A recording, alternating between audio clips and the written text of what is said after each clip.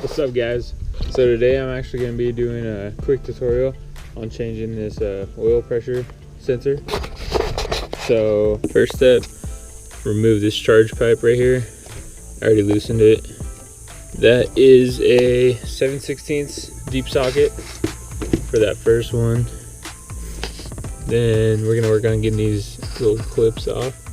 Try to get some of this harness out of our way. Inlet section off right here between the turbo and the air filter right here, just to try to get some more clearance back here.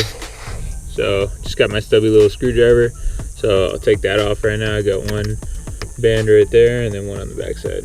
Hose off to the side. It does have a little hose going to your valve cover right there, so I just left that attached right there.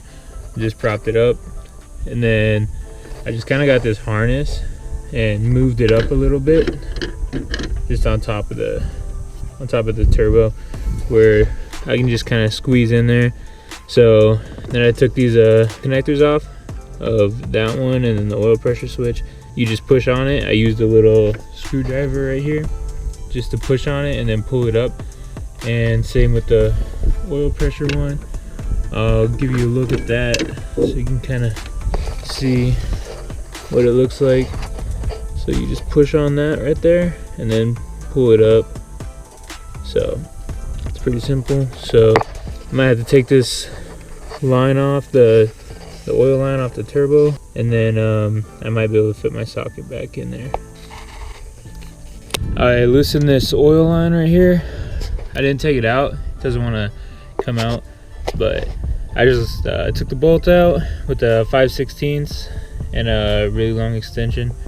So that's what I used. I was able to move the line over just enough to get that 1/16 socket onto the oil pressure sensor. So I'm getting ready to take it out right now.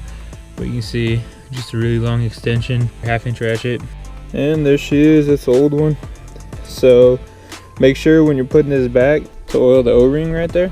So you could either use a little bit of oil or some petroleum jelly right here, and just throw it back in there and hook everything back up. All right guys, so that's pretty much it.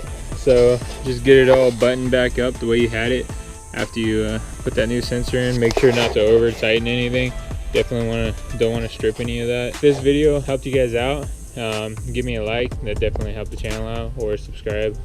Peace.